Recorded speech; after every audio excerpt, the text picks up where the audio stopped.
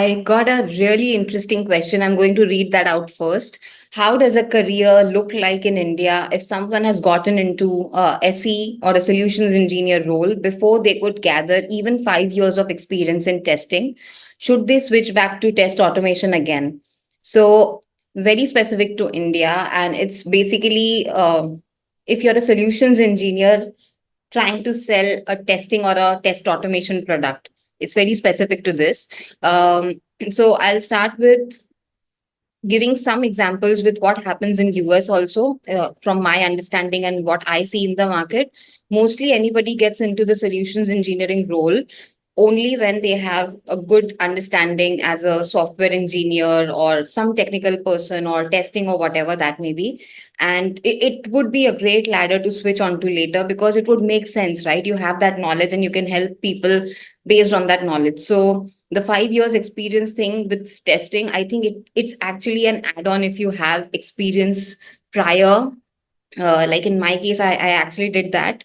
So I'm not talking in thin air, but I've tried and tested it. So you have experience, and then you move on to something like a solutions engineer, sales engineer, solutions architect, whatever they may call it, or a pre-sales engineer.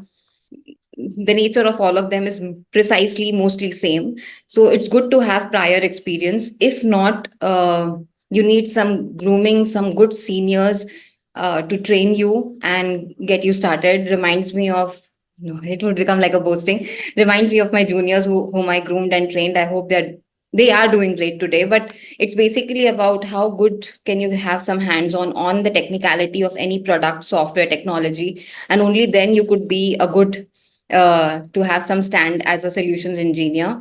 And switching back to automation is again a very interesting twist to the question. Appreciate it. It totally depends on you. If you feel you are not enjoying that path which you chose, I don't think there's anything wrong in getting back to testing or automation. Again, because this was very specifically around sales in testing or test automation products, I feel if you don't really enjoy that process of solutions engineering, you should get back. If not, you should continue or give it a try and see how it goes for yourself. Hope this helps.